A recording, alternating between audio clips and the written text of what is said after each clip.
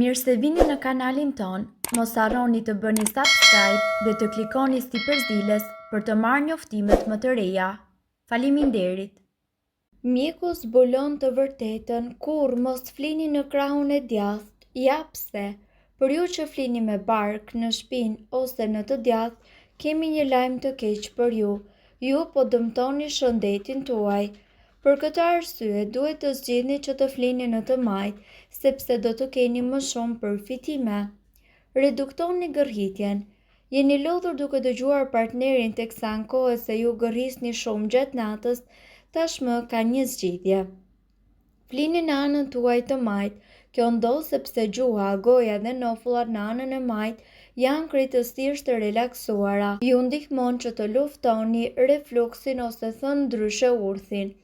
Hani shumë para gjumit, kjo mund të shkaktojë refluks gjatë gjithë natës.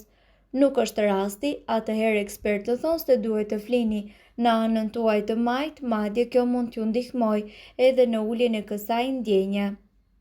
Ndihmon gjithashtu zemrën tuaj.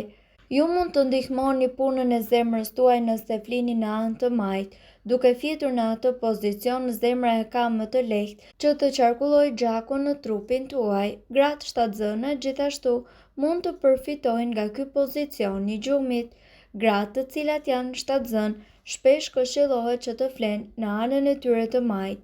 Nëse flini në anën tuaj të djathtë, atëherë ju shtypni përkundrejt mëlçisë. Ndihmon nyjet limfatike. Edhe nyjet tuaja limfatike përfitojnë nga fjetja në të majtë. Kjo e ndihmon trupin tuaj të filtrojë lëngjet më shpejt. Nëse flini në anën tuaj të djathtë, nyjet limfatike do të punojnë më ngadalë. Ndërkohë, shumica e njerëzve kanë gjetur një pozicion të caktuar për të fjetur dhe ai që është më i përshtatshëm për ta, por në fakt rezulton se disa pozicione mund të jenë shumë më të mira se të tjerat dhe, për shembull, në qoftë se jeni mësuar që të flini në anën tuaj të djathtë, mund t'ju duket se duhet me patjetër të ndryshoni zakonin tuaj. Megjithëse gjumi në anën e djathtë mund të jetë shumë i mirë për zemrën tuaj, ai gjithashtu ka shumë disavantazhe. Mund të ndikojë në qarkullimin tuaj të gjakut. Përveç përfitimit të tretjes, gjumi në anën e majtë mund ta ndihmojë zemrën tuaj që të pompojë gjakun në një mënyrë tërësisht efikase, ndërsa gjumi në anën tuaj të djathtë bën që trupi juaj të ushtrojë presion mbi enët tuaja të gjakut. Gjumi në anën tuaj të majtë mund të rrisë rrjedhjen e gjakut. Qarkullimi i duhur është çelësi për të ruajtur shëndetin dhe njëkohësisht mirëqenien tuaj të përgjithshme dhe gjithashtu mund të parandalojë venat me rimang dhe venat me variçe. Mund të dëmtojë mëlçin tuaj. Për shkak se mëlçia është në anën e djathtë të trupit tuaj, gjumi në atë anë ngarkon më shumë këtë organ jetik dhe mund të çojë në bllokim të mëlçisë. Për ta shmangur këtë, përpiquni të mos flini në anën tuaj të djathtë. Mund të përkeqësojë refluksin e acidit. Nëse jeni duke luftuar për të zhdukur atë ndjesi të bezdishme të urthit, veshja e rrobave të gjera dhe zgjedhja e ushtrimeve fizike me intensitet të ulët mund të ndihmojnë në lehtësimin e simptomave, por nëse flini vazhdimisht në anën tuaj të djathtë, mund të përkeqësoni gjendjen tuaj ekzistuese. Sipas ekspertëve, duhet të dini se ka shumë pozicione që njerëzit marrin në momentin që duan të flenë dhe disa zgjedhin të flenë drejt, disa me barkun të zënë poshtë, disa nga ana e majtë dhe disa të tjerë nga ana e djathtë. Por ne këtu do t'ju tregojmë arsyet pse është mirë që të flini gjumë në anën tuaj të majtë. Ndihmon në tretjen e ushqimit. Shpeshherë prindit na thonin që të ham leht në darkë në mënyrë që ushqimi të mos na bëhet të dhjam. Sipas tyre, gjatë natës, tretja e stomakut nuk vazhdon, por në fakt kjo nuk është e vërtetë. Tretja vazhdon si zgjuar ashtu edhe në gjumë, por edhe pse tretja vazhdon, ju mund të ndihmoni më shumë në këtë proces duke fjetur në anën tuaj të majtë. Lehtëson gjithashtu qarkullimin e gjakut në zemër. Një zemër e shëndetshme ndikohet nga një mori faktorësh, duke filluar nga dieta dhe deri tek cilësia e ajrit. Nuk është çudi që sëmundja e zemrës është ndër shkaktarët më të mëdhenj të humbjeve të jetës në të gjithë botën. Për të minimizuar rrezikun e saj, duhet t'i bëni zemrës qarkullimin e gjakut më të lehtë, duke fjetur kështu në anën tuaj të majtë. Kur flini në anën tuaj të majtë, ju lejoni që graviteti të ndihmojë në qarkullimin e gjakut në zemër. Zgjidhni të flini në anën tuaj të majtë për të shmangur problemet me qafën në mëngjes. Sa më shumë presion në shpinë kur flini, aq më shumë përpjekje bëjnë muskujt tuaj për të mbajtur gjithçka aty ku duhet të jetë.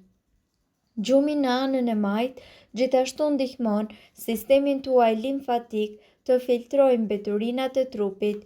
Sistemi limfatik është një rrjet enësh që mbajnë një lëng të quajtur limf. Limfa luan një rol kryesor në lëvizjen e të gjithë lëngjeve në trupin tuaj. Gjithashtu në funksionin ton imunitar, limfat mund të mbajnë larg njëkohësisht toksinat dhe produktet e tjera të mbeturinave, kështu që një bllokim kudo në sistem shoqërohet me një shëndet të dobët.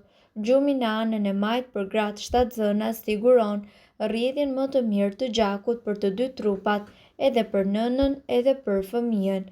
Gratë shtatzëna qarkullojnë gjak për dy trupa dhe kjo gjë kërkon vëllim më të madh të gjakut për t'u realizuar, ndërkohë që një foshnjë në rritje e zgjeron gjithashtu vendin e tij dhe i bën presion shpinës dhe organeve të tjera.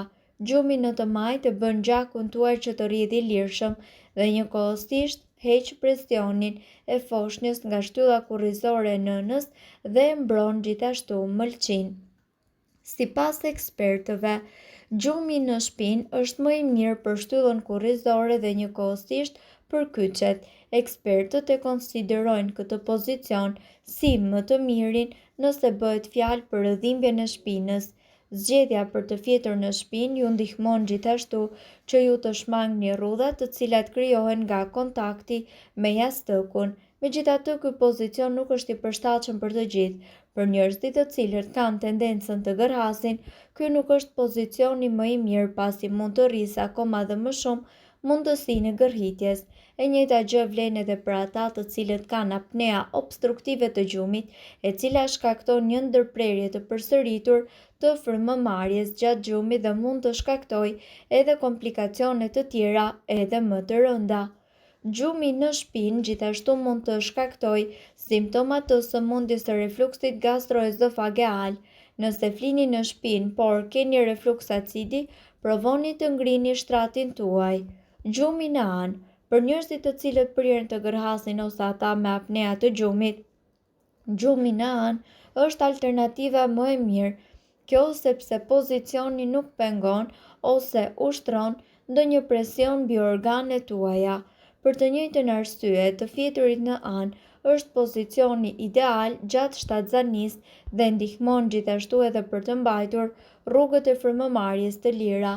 Megjithatë, të fjeturit në anë mund të ushtrojë presion mbi shpatullat dhe ijet tuaja duke shkaktuar rrëdhimbje, dhe me kalimin e kohës, gjumi në anë mund të shkaktojë vija të holla në lëkurë të cilat më pas shndërrohen në rrudha. Gjumi në stomak. Sipas ekspertëve, ky është një pozicion tjetër i cili nuk është ideal në qoftë se ju po kërkoni që të shmangni rrudhat, plus që ju mund ta poziciononi qafën edhe në një qëndrim jo komod dhe të ndjeni më pas sëdhimbje. Vendosja e jastëkëve mund të ndihmojë me këto probleme.